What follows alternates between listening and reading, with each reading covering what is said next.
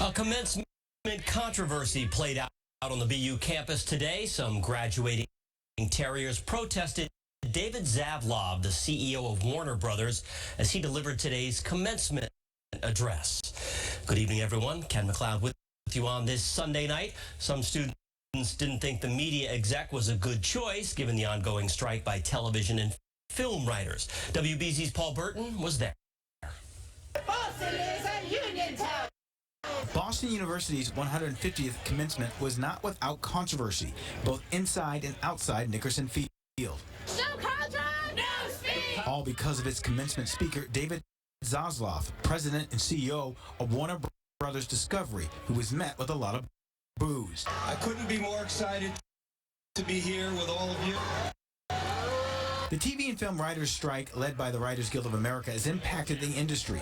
Many BU graduates like Sydney Shore were disappointed in BU's choice for their speaker at the 2023 graduation on Sunday. Both her father and brother are part of the Writers Guild. I've been conflicted about it for a few weeks now, given that, of course, I want to support my family and all the writers. But obviously, also, I accomplished something, so it's important to me to still celebrate my graduation. I'm here because I'm very proud of my daughter who graduates today. But I'm very disappointed in BU and their choice of speaker. I have to admit,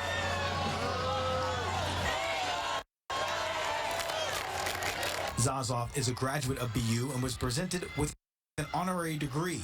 During his speech, he did not address the writers' strike.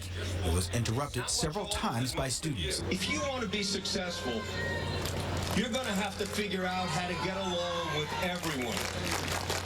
And that includes difficult people.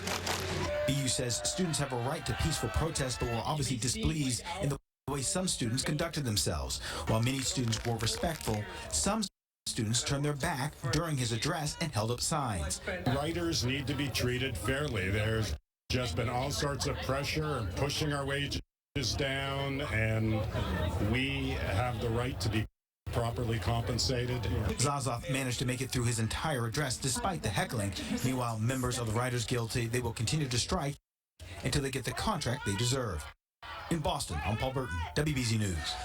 Family and friends came together today to remember a 4-year-old boy who went missing at Castle Island and was later found dead. Boston police say Mohammed Fofana disappeared last Sunday while at the Castle Island playground with his grandfather. Fofana was on the autism spectrum and couldn't speak. Tonight, his family joined in a vigil to honor his short life and to call attention to the plight of families dealing with autism. A man was seriously injured at a home in Kingston this afternoon when authorities say the fireworks he was making in his basement exploded. Police say it happened at a house on Nobadir Circle. Both the state fire marshal and state police bomb squad responded. They believe the victim was manufacturing fireworks in that home. He was there lifted to a Boston hospital for treatment, but we don't have an update on his condition tonight.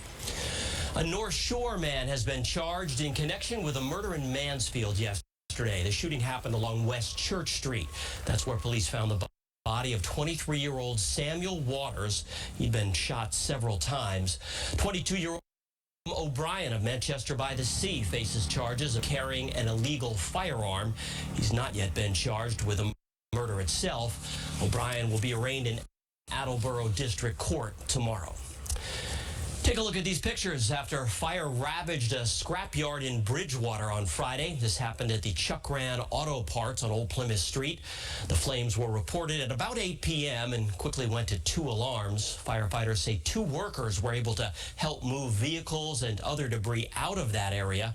The fire was put out by 11 and nobody was hurt. May is Foster Care Awareness Month.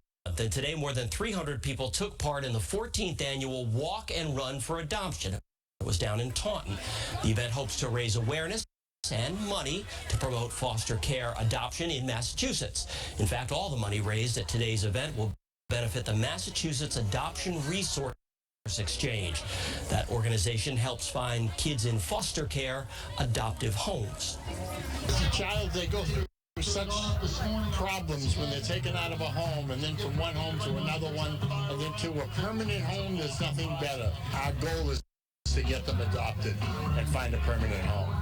As you might have guessed, Jordan's Furniture was the sponsor of today's event. More than 11 children and teens are in foster care statewide waiting to be adopted. People gathered in Jamaica Plain today to celebrate Ukrainian culture and provide a welcoming environment for Ukrainian refugees fleeing the Russian invasion.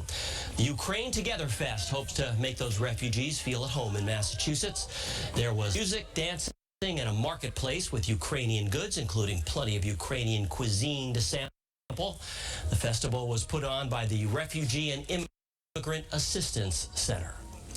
All right, after a pretty nice Sunday, let's get a check on that forecast with meteorologist Sarah Robleski. We had such a turnaround from the rainy Saturday